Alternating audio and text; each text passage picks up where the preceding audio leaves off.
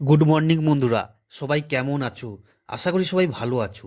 এখন শীতকাল, তো শীতকালে সবাই ঘুরতে বেরোয়, তাই আমরাও আজ চলে এসেছি খিরাই। সেই খিরাই যাকে আমরা সবাই ফুলের উপত্যকা হিসেবে চিনি। প্রথমে বলি, আপনারা খিরাই আসবেন কিভাবে। আপনারা খিরাই আসতে গেলে যদি কলকাতা থেকে আসেন, তাহলে হাওড়া থেকে মেদিনীপুর লোকাল ধরবেন এবং পাঁশকুড়ার পরের স্টেশন হচ্ছে খিরাই। এছাড়া যারা দীঘা থেকে আসবেন, তারা দীঘা পাঁশকুড়া লোকাল ধরবেন এবং পাঁশকুড়াতে নামবেন। এরপর হাওড়া থেকে যে মেদিনীপুর লোকাল আসে, সেই ট্রেনে উঠে খিরাই চলে আসবেন। কারণ দীঘা থেকে খিরাই কোনো ডাইরেক্ট ট্রেন নেই। এক্ষেত্রে বলে রাখি, দীঘা থেকে যারা আসবেন, সকালে 3টা ট্রেন আছে, এরপর আর কোনো ট্রেন নেই। ভাড়া এখানে সাধারণত দীঘা থেকে যে ভাড়া নেয় 30 টাকার মতোই খিরাই আসতে ভাড়া নেয়। খিরাই স্টেশনে নামার পর ডান দিকে এগিয়ে দেখবেন, ওইখানে গাড়ি করতে করে খিরাই ফুলের বাগানে নিয়ে যায়। 20 টাকা করে জনপ্রতি নেয়। এছাড়া আপনারা পায়ে হেঁটেও কি ফুলের বাগানে যেতে পারেন। 15-20 মিনিট সময় লাগবে। 1 থেকে 1.5 কিলোমিটার মতো রাস্তা হবে।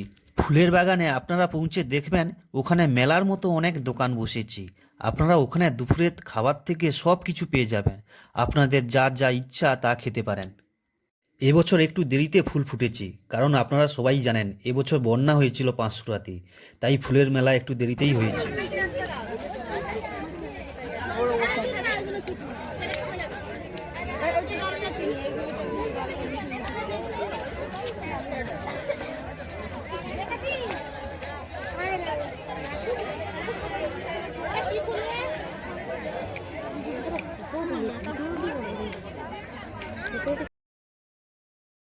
এখানে অনেক ক্যামেরাম্যান আছে যারা ফটো তুলছে। 10 থেকে 15 মিনিটের মধ্যে ফটো তুলে দেবে। পার ফটো 15 টাকা করে নেবে। এবছর ফটো তুলে দিচ্ছে, সঙ্গে সঙ্গে আপনারা ফটো তুলতে পারেন।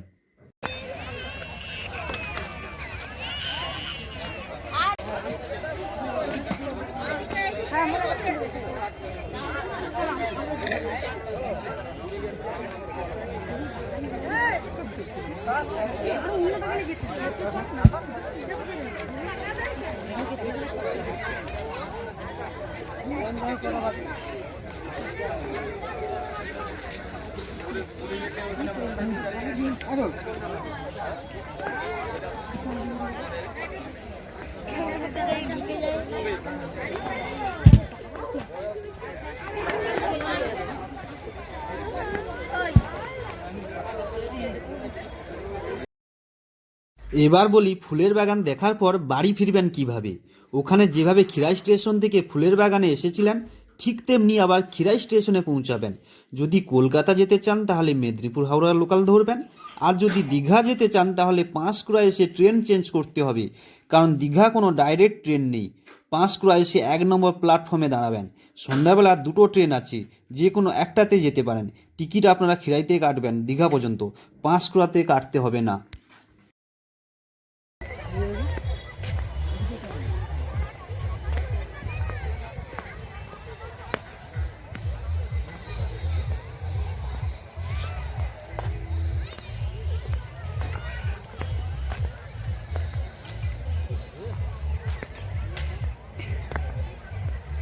এই দিকের ফুলগুলো এখনো ফোটেনি বন্ধুরা।